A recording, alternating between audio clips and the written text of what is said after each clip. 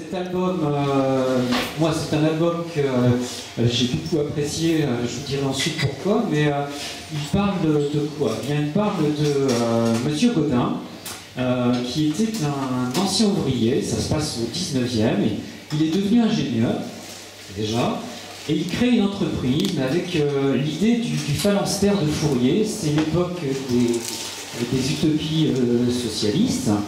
Et pour lui, l'importance, c'est de créer quelque chose dont il va céder peu à peu la propriété à ses ouvriers sous la forme d'une coopérative. Gaudin est plus connu sous les fameux poêles Gaudin, qui sont restés assez célèbres. Et ça se passe à Guise, dans l'Aisne, et on crée en même temps une sorte de logement pour tous les ouvriers, d'où le nom de familiste. Et puis, nous sommes à la veille de la Première Guerre mondiale, et tout d'un coup, il y a un meurtre dans ce familistère, suivi d'un deuxième. Et là, je ne dirais pas la suite, parce que c'est fait exprès, mais je vais un petit peu m'adresser donc aux auteurs qui parlent un petit peu de cet ouvrage, avec la première question, justement, pourquoi le titre de Briques et de sang, puisque c'est le titre de cet ouvrage. Alors souvent en bande dessinée, il arrive que, même en roman, j'imagine qu'on démarre l'histoire en ayant déjà le titre. Il se trouve que nous, on avait juste un titre de travail qui était Le Familistère. Et quand on a commencé à échanger des idées sur le titre définitif que porterait l'album, donc avec l'éditeur, les éditions Casterman, il y a eu plusieurs idées qui ont été émises. Et ça s'est arrêté sur Deux briques et deux sang, parce qu'il y avait un côté un peu péchu, un peu polar qui avait plu à l'éditeur. Pour nous, le titre initial, on était plus parti sur quelque chose de plus littéraire, on va dire, entre guillemets, mais qui paraissait trop littéraire pour l'éditeur, qui était Le fruit des Becker. Voilà, qui résumait pour nous très bien le fond de l'album. Mais voilà, l'éditeur ne fait pas ça très pertinent et surtout pas très parlant, donc on est parti sur un titre beaucoup plus short, on va dire, avec Deux briques et deux sang. Voilà. Alors les briques, pourquoi? Parce qu'on est dans le nord de la France, ça se passe dans l'Aisne, en Picardie. La majorité des architectures sont de la brique. Le familistère est surnommé par ses détracteurs le tas de briques, et donc de sang, parce que voilà, on suit une enquête policière qui est destinée à élucider de crimes qui se déroulent dans ce lieu qui est le familistère. Voilà. Donc il y a un aspect polar, et ce qui est intéressant, c'est qu'au début de l'album, en fait, il y a des journalistes, il y a des policiers qui sont là, il y a des journalistes qui sont présents, il y a un journaliste de l'Humanité et un journaliste aussi du Figaro, quoi. Donc c'est un journaliste qui va un petit peu mener l'enquête et demander ce qui se passe, mais moi j'ai eu l'impression dans cet album qu'on était un petit peu là à la fin du fonctionnement de l'utopie. Il y avait peut-être une vision tragique, voire fataliste, un petit peu de ce familistère. On est à la veille de la Première Guerre mondiale. On parle de l'assassinat de Jaurès dans cet album, c'est l'actualité. Donc la fin de l'idée que si les gens arrivent à s'unir par la grève, ils vont pouvoir s'opposer à cette guerre mondiale. Et puis le familistère, on s'aperçoit que les meurtres sont liés au familistère et qu'il y a un problème. Est-ce que c'est ce que vous avez voulu montrer, qu'il y avait une sorte d'utopie qui avait mal tourné, ou non, vous pensez que ces utopies, ce sont les circonstances comme la guerre qui ont fait qu'elles se sont arrêtées? En fait, on n'a pas essayé de prendre parti pour ou contre le familistère. Ce qu'on voulait avant tout, c'était, de toute façon, au départ, ça racontait une histoire policière. On a choisi ce cadre-là pour des raisons bien précises. Et j'ai écrit l'histoire en fonction du lieu. Mais ce n'est pas une thèse politique. Donc, ce qu'on a voulu montrer surtout, c'était... déjà, on a voulu rendre une ambiance assez sombre parce qu'on était dans le cadre du polar, pardon. Une ambiance polaire aussi, un peu. Parce qu'on est dans l'Aisne, il fait froid, le nord. Et puis, c'est vrai qu'on est dans une période, on avait déjà fait une première bande dessinée qui se passait en 1898. Là, on voulait continuer à être dans la même période, ce qu'on appelait la Belle Époque. En fait, on l'appelait après la Belle Époque par rapport à ce qui s'est passé après. Et on a voulu placer notre histoire à la fin de la Belle Époque, justement un moment où voilà, on a une histoire qui est un peu désillusionnée. Voilà, il y a la guerre de 14 qui arrive, il y a les mouvements anarchistes aussi qui sont très présents à l'époque. Il y a plein de choses qui se passent. Une époque qui nous intéressait, vous avez parlé de l'assassinat de Jaurès, il y a aussi l'assassinat de Calmette, qui était le directeur du Figaro. C'est pour ça aussi qu'on a mis un journaliste du Figaro, un journaliste de l'Humanité. C'est intéressant d'avoir des journalistes de deux grands journaux de l'époque, dont les directeurs ont été assassinés dans la période où se passe l'histoire. Maintenant, on n'a pas voulu condamner l'expérience ministérielle. Donc l'ambiance un peu sombre, elle est plus liée au côté polar qu'à la défaillance de l'expérience ministérienne, surtout qu'à l'époque où on place le récit, l'expérience ministérienne battait son plein et fonctionnait très bien. C'est-à-dire, pour la résumer un peu cette expérience-là, donc Jean-Baptiste Gaudin, qui est le fondateur de l'usine Gaudin, qui fabrique toujours les poêles Gaudin aujourd'hui, donc a déposé pas mal de brevets, ce qui a fait sa fortune. Notamment, c'est le premier à avoir l'idée de faire des poêles en fonte. À l'époque, on les faisait en acier. Il a fait fortune avec ça. Il a monté une usine qui petit à petit a grandi. Alors au départ, il avait 4 ouvriers. Il était artisan serrurier à la base. Et l'usine Gaudin, on est en 1914. Là, je crois qu'elle employait à peu près 3000-3500 personnes. Donc c'était vraiment, il était numéro 1 mondial. Et puis voilà, ils exportaient des poêles dans le monde entier. Et donc l'expérience, ce qu'a voulu Gaudin est mort en 1888, donc en plus on est à une période dans notre histoire où le créateur de cette utopie sociale est mort, ce qui est assez exceptionnel d'ailleurs qu'une utopie, en fait, qu'une expérience sociale se poursuive après la mort de son créateur. Et donc le projet de Gaudin, c'était donc Gaudin a créé non seulement l'usine, et après en fait il a créé un ensemble de bâtiments. Donc il y avait des pavillons où étaient logés les employés de l'usine. Donc tous les cadres étaient obligés de venir y habiter. Gaudin lui-même y habitait. Les ouvriers par contre avaient le choix de venir ou pas habiter au Famministère. Sachant que quand on venait habiter au Famministère, on bénéficiait donc de logements qui étaient assez révolutionnaires pour l'époque, puisque c'est des logements qui avaient été conçus pour apporter de l'hygiène, du confort. C'est des logements qui étaient bien aérés, qui étaient bien éclairés. Il y avait l'eau courante à tous les étages. Je vous rappelle qu'on est en 1860, donc voilà, c'était vraiment, c'était pas le confort d'aujourd'hui, mais pour l'époque c'était assez révolutionnaire. Et puis non seulement donc, il y avait ces logements, mais à côté de ça, il y avait un tas de services. C'est-à-dire qu'à côté des pavillons d'habitation, Gaudin a fait construire un théâtre, des écoles, une piscine lavoir pour apprendre à nager. Il y avait une crèche aussi. Il y avait des magasins où étaient vendus tout un tas de produits. Donc, et il y avait des jardins d'agrément, voilà, il y avait tout un tas de choses. Et donc tous les habitants du Famministère pouvaient bénéficier en fait des services qui étaient proposés par ces différents bâtiments.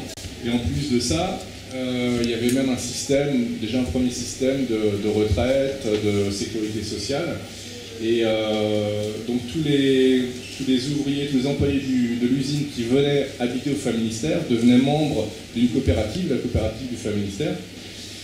Et Gaudin, chaque année, en fait, cédait une partie de ses parts, parce que c'est lui qui possédait tout, donc une partie de ses parts du Famministère à la coopérative. Ce qui fait qu'après sa mort, sa veuve a continué le processus, et donc là où on place notre histoire en 1914, l'ensemble du Famministère appartient à la coopérative, et donc aux habitants du Famministère. Et le Famministère, donc c'est pas, je vous disais, c'est pas seulement donc, les pavillons d'habitation, etc., c'est aussi l'usine, c'est-à-dire qu'il y a l'outil de travail qui est inclus dans le Famministère. Et donc c'est la coopérative qui en 1914 possède l'usine Gaudin et tout ce qui va autour. Et donc je disais qu'à cette époque-là, l'expérience marchait particulièrement bien, mais ça a continué c'est jusqu'à la guerre de 39-45 où là on a commencé à avoir vraiment les défaillances de l'expérience famministérienne pour différentes raisons, notamment parce que voilà, il y a aussi les deux guerres sont passées dessus, donc il y a eu pas mal de destruction. Et puis dans l'entre-deux-guerres, il y a eu une première forme en fait de déviance de l'expérience, c'est-à-dire que ce que voulait Gaudin, c'est déjà que son expérience serve de modèle, ce qui n'a pas été le cas. Et puis il voulait que l'expérience continue à se développer après lui, Et donc les revenus de l'usine en fait sont utilisés pour entretenir les bâtiments existants et pour en bâtir de nouveaux, pour pouvoir accueillir de nouveaux familistériens. Puisque je vous disais que l'usine employait à peu près 3000-3500 personnes, le familistère ne pouvait accueillir que 1500 personnes, femmes et enfants compris. Donc évidemment, c'était loin d'accueillir l'ensemble des employés de l'usine Gaudin. Et donc Gaudin, lui, aurait voulu qu'on continue à créer de nouveaux pavillons d'habitation. Alors ça a été le cas, il y en a un qui a été créé, mais c'était toujours du vivant de Gaudin, en 1880. Et après, il n'y a plus de nouvelles constructions. Et ce qui s'est passé dans l'entre-deux-guerres, c'est qu'en fait, les bénéfices de l'usine, plutôt que d'être utilisés pour agrandir le familistère, voire créer d'autres familistères ailleurs, ont été, en fait, ces bénéfices ont été utilisés pour être répartis en grande partie entre les familistériens. Et donc un membre du familistère de l'entre-deux-guerres pouvait toucher jusqu'à 6 mois de prime d'intéressement. Donc il avait 18 mois de salaire. Donc c'est super intéressant. Sauf que ça crée beaucoup de jalousie auprès des autres membres de l'usine Gaudin qui, eux, n'ont pas accès au familistère parce qu'il y a eu une forme de caste qui s'est créée aussi, c'est-à-dire qu'on était familistérien au tout démarrage de l'entreprise parce qu'on voulait participer à cette expérience.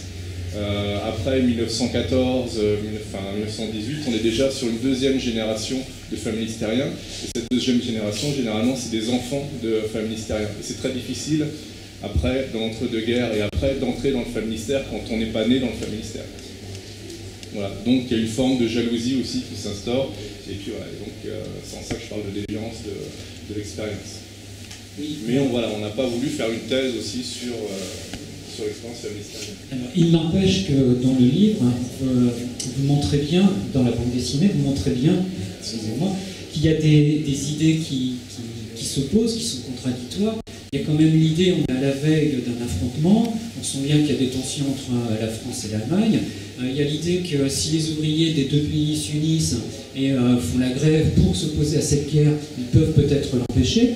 Et dans les idées socialistes, et en même temps, au sein du familistère, il y a quelqu'un qui a un nom d'origine germanique, qui se fait appeler Bismarck par les autres, et puis qui à un moment reçoit un caillou avec marqué dessus sa poche. Donc vous montrez aussi les contradictions de ces époques au sein même du familistère.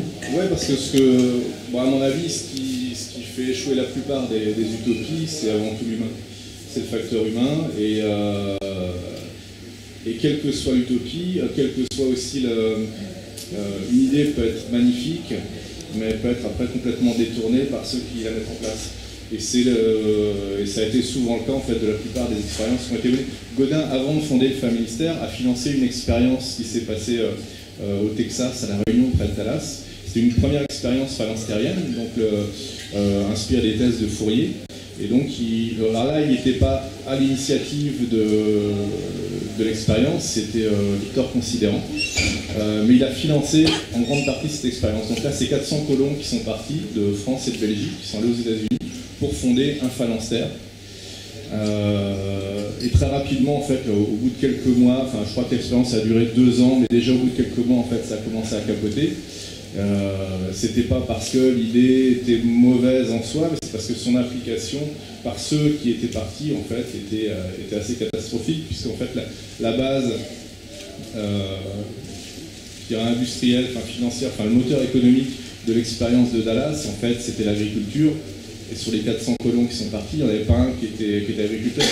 Il y avait des serruriers, il y avait des cordonniers, il y avait beaucoup d'artistes, beaucoup d'anciens aristocrates. Mais voilà, personne ne maîtrisait en fait l'outil de production.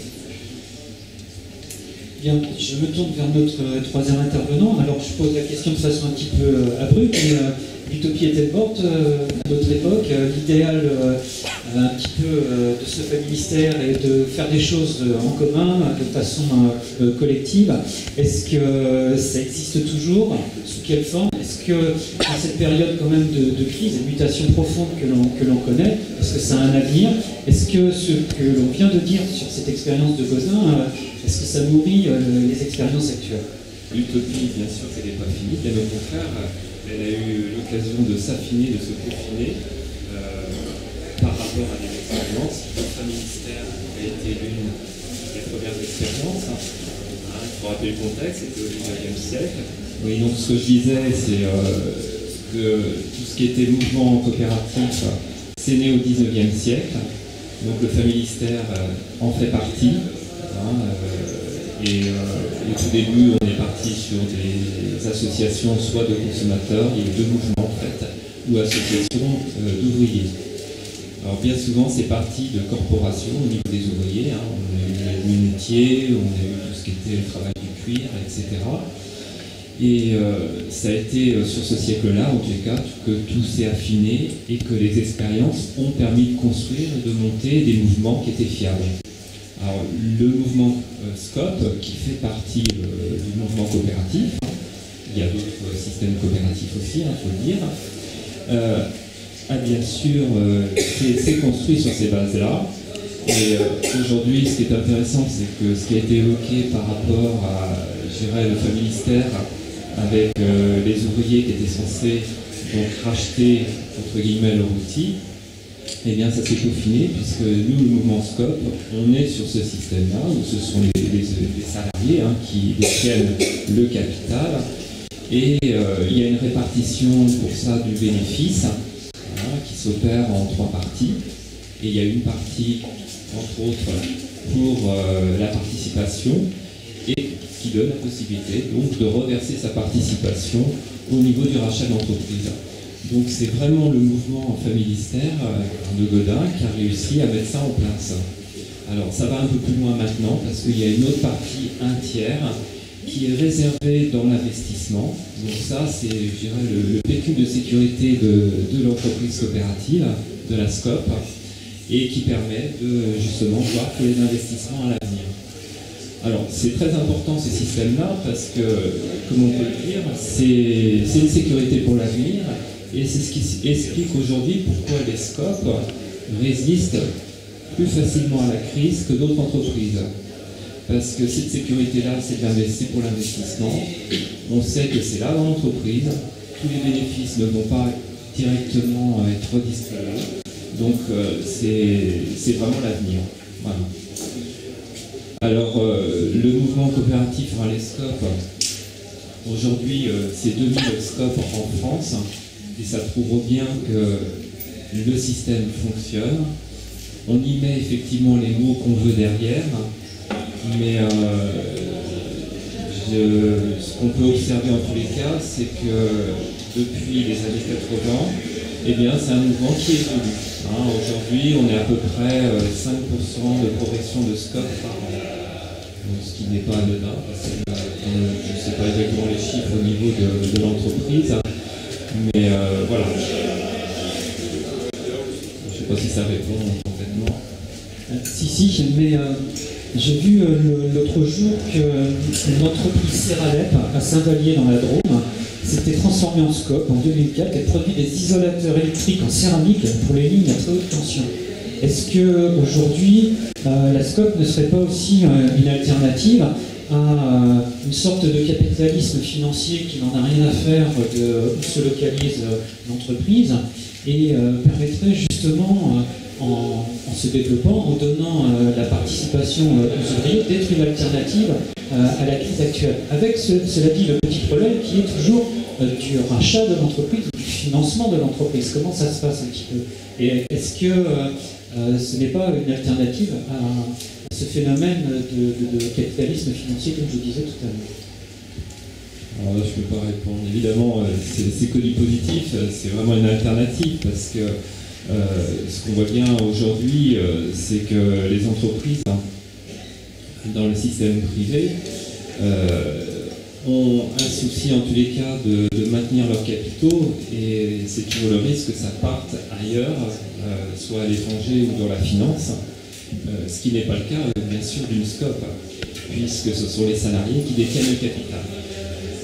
D'une part, d'autre part parce que le capital d'origine reste toujours le même capital, il n'y a pas une évolution dans la valorisation du capital. Si je prends l'exemple au niveau de la Biocop, une part achetée au départ, bien si vous repartez avec la même valeur de part.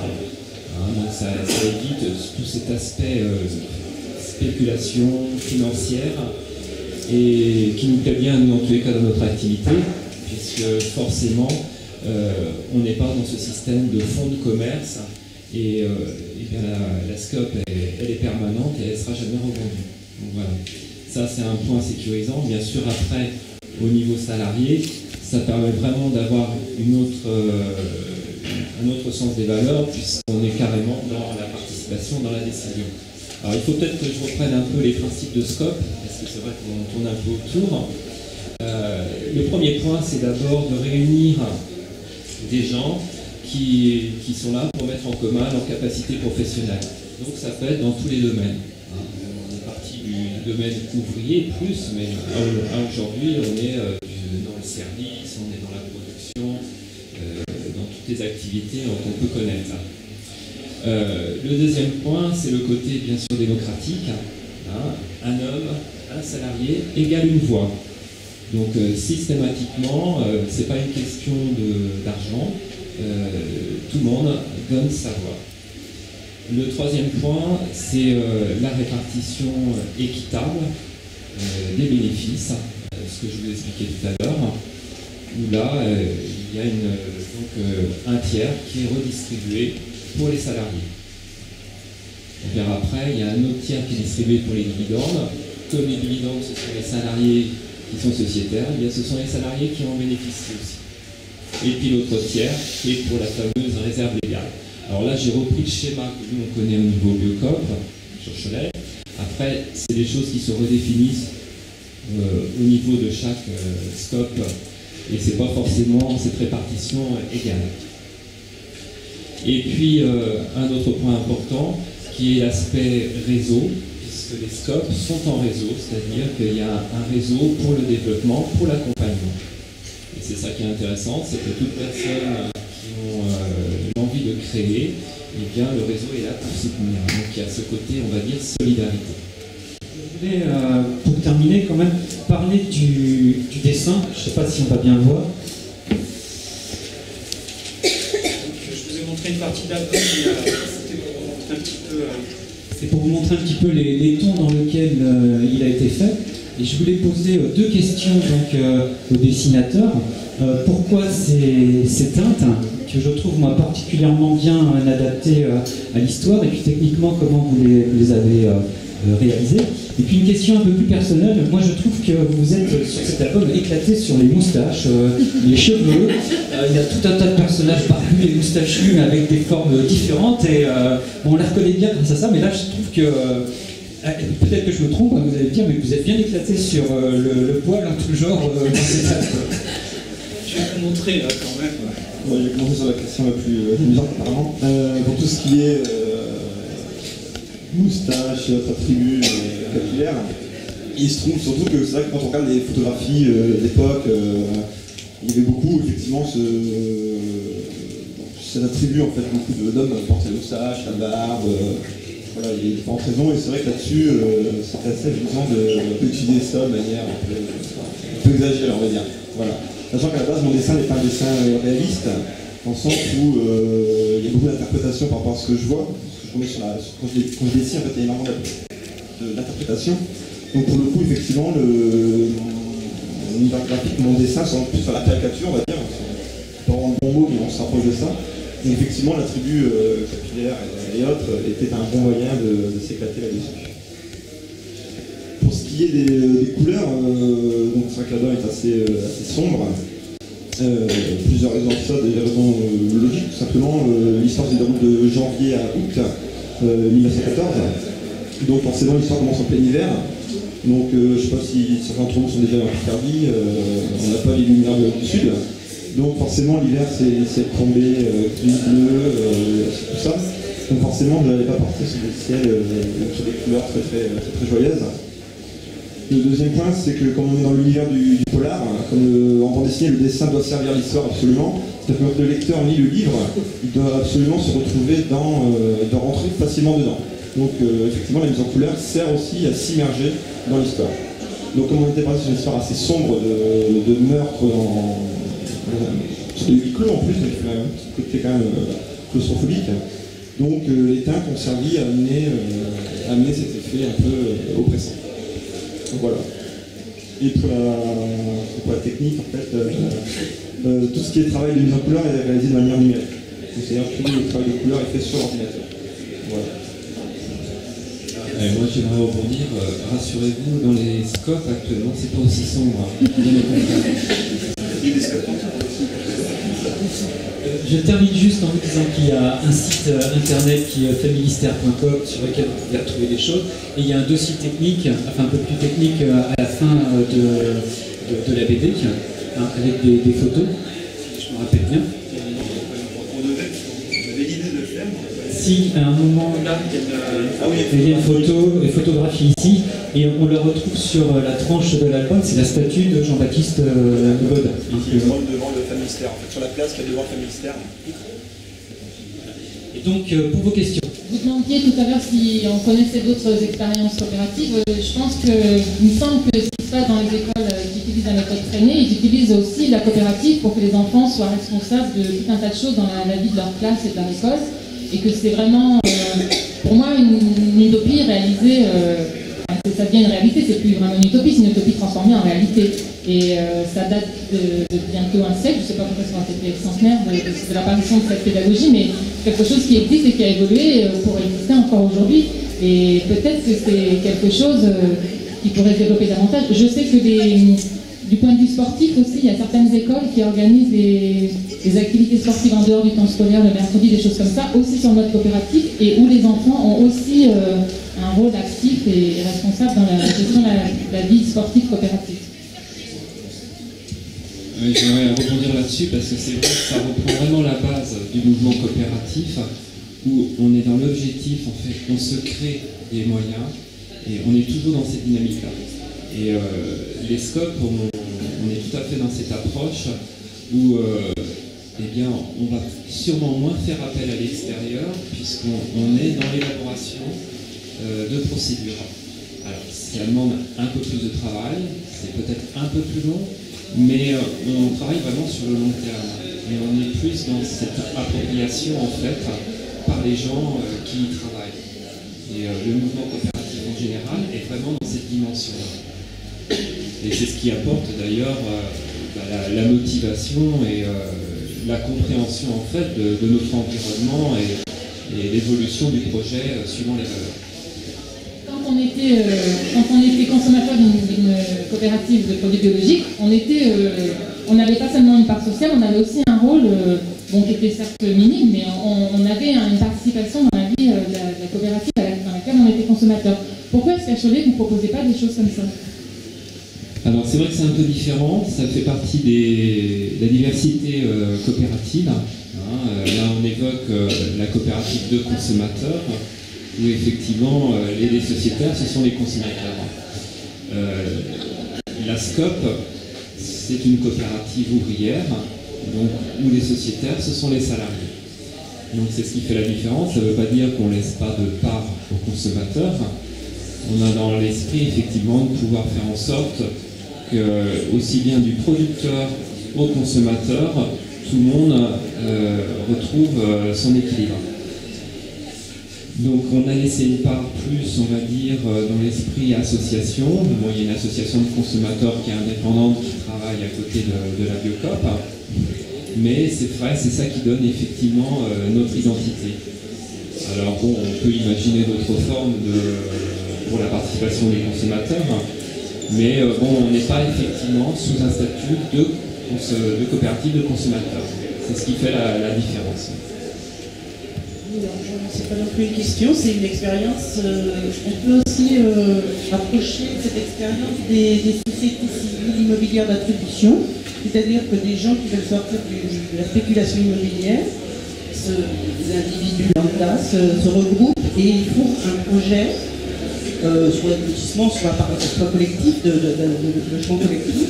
Et on peut, alors quand on a évidemment réussi le barrage des banques, parce que vous achetez que des actions de cette société, votre maison et sont vos actions. Et donc c'est plus délicat parce que les banques sont moins chiches, sont plus chiches que quand c'est un individu, mais c'est aussi une expérience très intéressante et qui évite et la spéculation immobilière et surtout on a la totale maîtrise du projet, ce qui fait que ça évite des lotissements très moches, des choses comme ça. Les habitants seront vraiment les concepteurs. Et il n'y a pas trop de problème quand on peut retrouver, quand on revend des actions, c'est-à-dire que... Et ça, c'est des expériences qui sont assez intéressantes. Donc ça rappelle un peu. Alors on est quand même propriétaire, hein, mais on est propriétaire que d'actions. Et ça oblige les gens du lotissement à prendre en charge tout l'entretien collectivement et à réfléchir à tout. On ne peut pas agrandir n'importe comment, c'est-à-dire que ça donne un regard sur son habitat.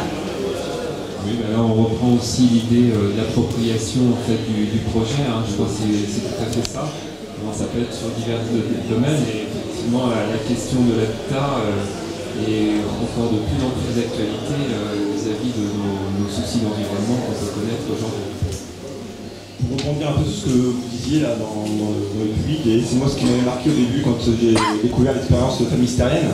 Je pense que le principe qui sous-tend tout ça, en fait, c'est véritablement de redonner une place à la personne en fait, dans sa vie professionnelle, dans sa vie de tous les jours en fait. C'est vraiment donner l'importance à l'individu. Là, je trouve que c'est ce qui revient effectivement au regard des différents exemples qui sont cités là. Et moi, c'est vraiment la chose qui m'avait marqué sur l'expérience ministérielle, c'est-à-dire pour redonner une valeur au travail et à la personne qui fait ce travail en fait. L'utopie, au contraire, je pense qu'il nous faut des utopies pour avancer. Ces scopes, oui, au contraire, je crois que c'est très intéressant dans le sens de la responsabilité, etc. Mais l'humain reste humain, et l'humain avec tous ses vices, avec ses désirs de pouvoir, des désirs de gain, ses désirs... Est-ce que même les scopes qui existent ne sont pas à l'abri de ces ambitions individuelles? Bon, bah, c'est clair, là, on n'est jamais à l'abri de ça. De toute façon, c'est vraiment, je dirais, le souci majeur d'ailleurs. Hein, c'est un peu la question souvent qu'on se pose. Et en termes de recrutement, parce que je connais bien le problème, on est sans arrêt dans cette démarche-là, effectivement, de savoir les gens qui vont faire partie bientôt de l'entreprise. Je pense qu'il y a les moyens de se protéger et puis de s'organiser par rapport à ça. Et il y a vraiment de l'accompagnement, une organisation. Alors, c'est une organisation qui évolue au fur et à mesure du temps, parce que bien sûr, une entreprise, c'est pas statique. Hein, il y a un environnement aussi bien extérieur, économique que humain. Et je dirais qu'en fait, quand on est sociétaire, quand on est salarié associé, eh bien, ça ne vient pas comme ça du jour au lendemain. On évolue et on se transforme. Donc c'est vraiment quelque chose qui est unique à vivre, parce que au fur et à mesure, on apprend. Hein, on ne tombe pas comme ça du jour au lendemain, et voilà. Donc ça, c'est la réponse. Après, dans l'organisation, il faut bien se dire qu'aujourd'hui, ça dépend de l'organisation d'entreprise, ça veut dire que ça demande énormément de concertation, ça demande une certaine rigueur d'organisation de réunion, hein, un rythme sûrement plus important, mais nous on le vit comme ça sur Cholet. On s'est mis une régularité une fois par mois où on se réunit tous les sociétaires et on définit bien, on fait bien la différence entre ce qui est le côté sociétaire associé et le côté travail. On ne pas mélanger, on a à chaque fois une réunion différente. Et ça veut dire qu'on s'instaure une démocratie, on se met des règles en même temps, savoir à quel niveau on va décider ou se dire sur quel vote on va s'orienter pour telle et telle question, on en discute, on va le programmer à l'avance, c'est-à-dire on ne va jamais présenter comme ça du jour au lendemain.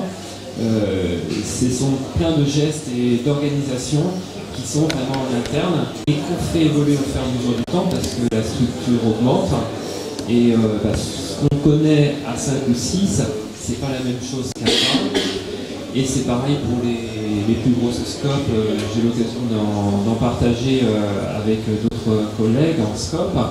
Vous avez des scopes aujourd'hui qui sont jusqu'à 1500 salariés, hein. Vous avez ACOM en Normandie, c'est 1500 salariés. Bien sûr, ils se sont organisés différemment, où ils vont avoir l'élection de membres qui vont après se retrouver plus ou moins en conseil d'administration ou en groupe en tous les cas pour décider et pour faire remonter le système démocratique. Mais bon, ça nécessite là aussi, on est toujours sur cet aspect appropriation, de création, parce que ça veut dire qu'il faut toujours être dans l'invention. C'est le maître mot que j'aurais envie de dire, c'est qu'on n'est pas passif dans une scope, il faut être actif. Donc c'est vraiment le côté intéressant, ça veut dire qu'on est dans la création. Donc, je voulais juste dire que si votre question c'est les tensions entre l'idéal et les passions humaines, ben, la réponse c'est un petit peu ça. Hein.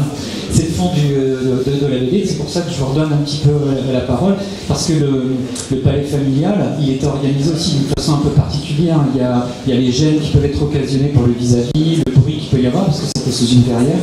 Donc, Régis, quand il a eu l'idée de raconter une histoire qui se déroule comme mystère, en particulier un polar, c'est aussi venu, donc Régis est allé visiter lors des fêtes du 1er mai, parce qu'il y a tout un tas de manifestations artistiques, de spectacles, de concerts, de spectacles de rue au Palais Mystère.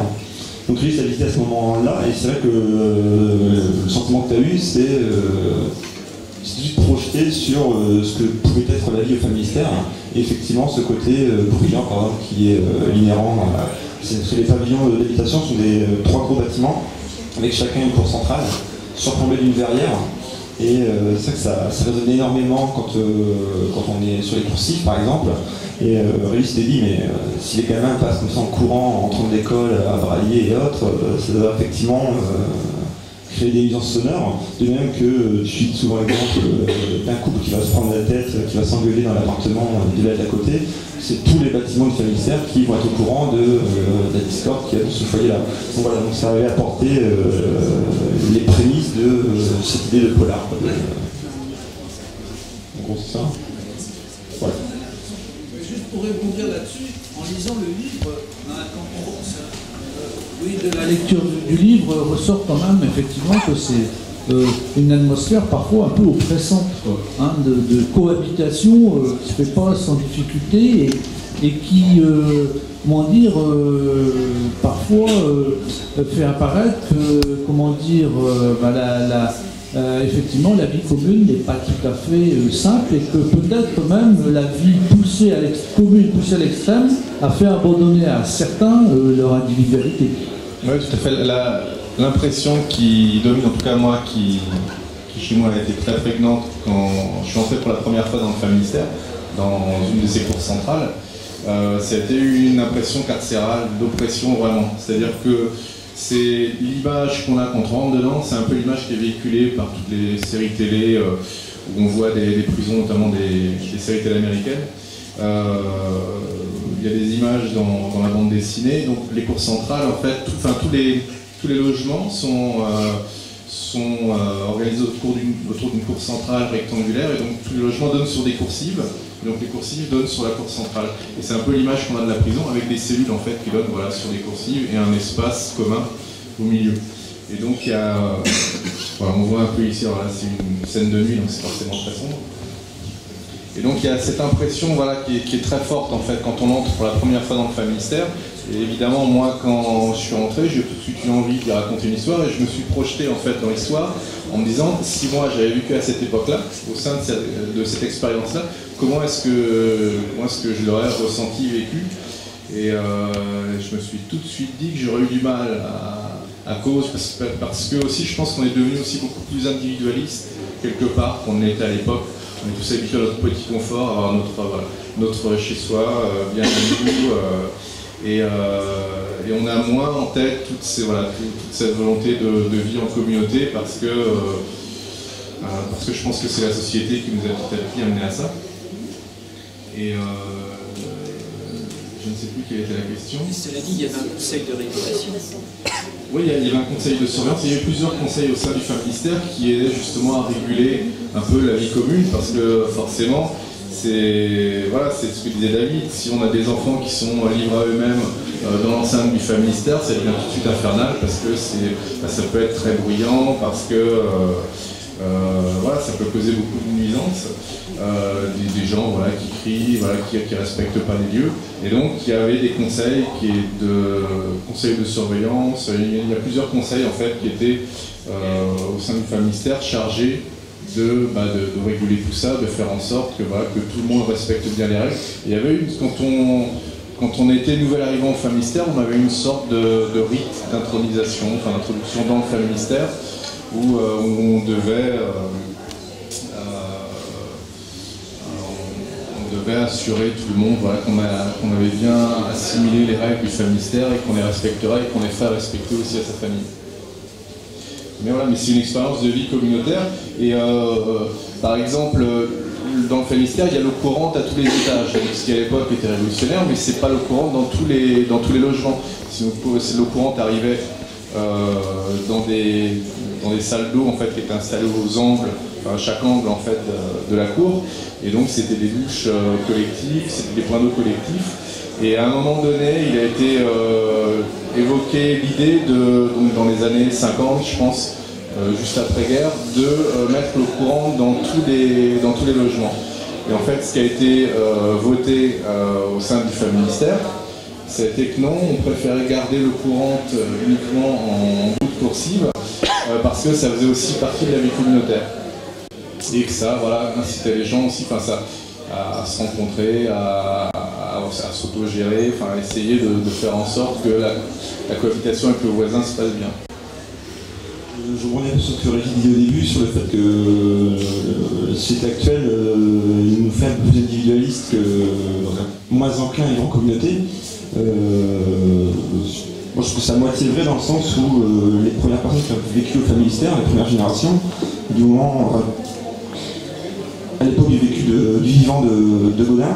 Gaudin faisait, je crois que c'est toutes les semaines, plus de semaines, des réunions où il parlait à ses employés, aux gens qui étaient Famministère, pour leur édicter des règles de vie, pour leur... c'était une éducation aussi à vivre en communauté.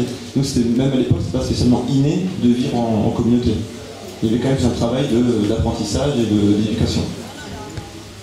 Oui, sur l'idée, je voudrais que Régis revienne un petit peu sur l'idée du polar dans cette BD.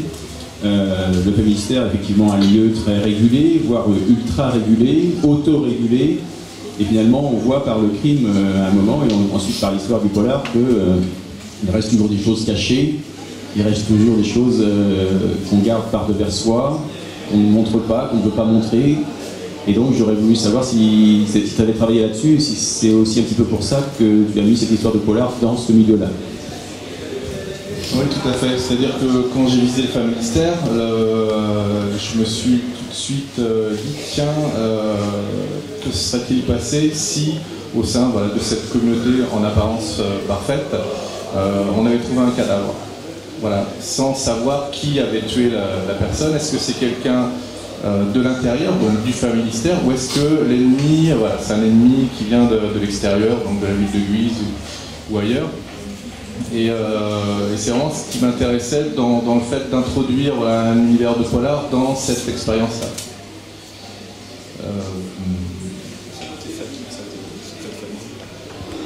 C'est ça, c'est la distinction entre la vie communautaire et puis tout ce qu'on garde effectivement pour soi, le côté pas de famille, comme dit David aussi. Et la dichotomie qu'il peut y avoir entre, entre l'individu et puis la communauté.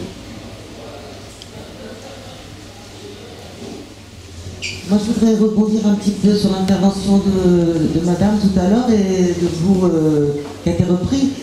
C'est par rapport à mon histoire personnelle où j'ai été toute ma scolarité primaire éduquée dans la pédagogie Freinet, très très pure et dure, je crois, mais avec tout ce que j'en ai gardé encore maintenant d'enrichissement par rapport à l'étude des mathématiques avec les charpentiers de illustrer toute la connaissance à travers la réalité quotidienne d'une cité, la créativité pour s'exprimer à travers le français, où on avait les textes libres, la fabrication du journal scolaire, l'imprimerie aussi, avec ses illustrations qui peut rebondir aussi sur ce que vous faites en BD.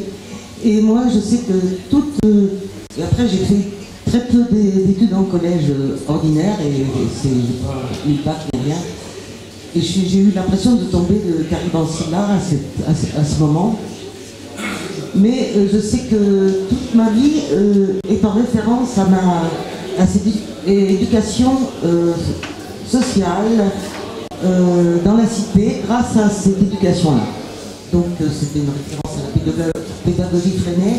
Et aussi le petit aspect de liberté que j'ai dans ma vie et de goût pour la curiosité. Voilà, je crois que c'est la pédagogie Freinet qui m'a apporté ça, parce que j'ai fait référence, j'ai écrit à ma directrice d'école à 30 ans, quand j'ai changé de métier pour devenir infirmière psychiatrique.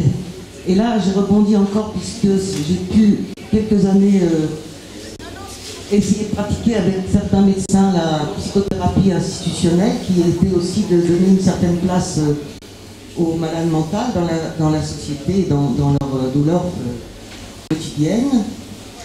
Donc voilà, et je crois que ce que je suis, avec mes défauts aussi d'égoïste femme normale, voilà, c'était pour rebondir sur ce que je crois encore de tout ce qui est coopératif. Et je pense que c'est important par des moyens divers, qu'on puisse offrir ça à nos jeunes, aux enfants. Je ne sais pas si je peux juste rebondir là-dessus. C'est vrai que aujourd'hui, on est plus, entre guillemets, dans une société qui est attentiste.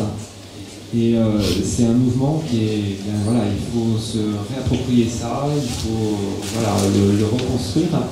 Et même nous, on se surprend au niveau de différents sociétaires d'essayer de se mettre ça en place. Et c'est vraiment l'enjeu en fait d'une coopérative, d'une SCOP, c'est de pouvoir justement franchir ce pas de créativité et puis de se dire que les choses évoluent et qu'on a toute liberté de les faire évoluer.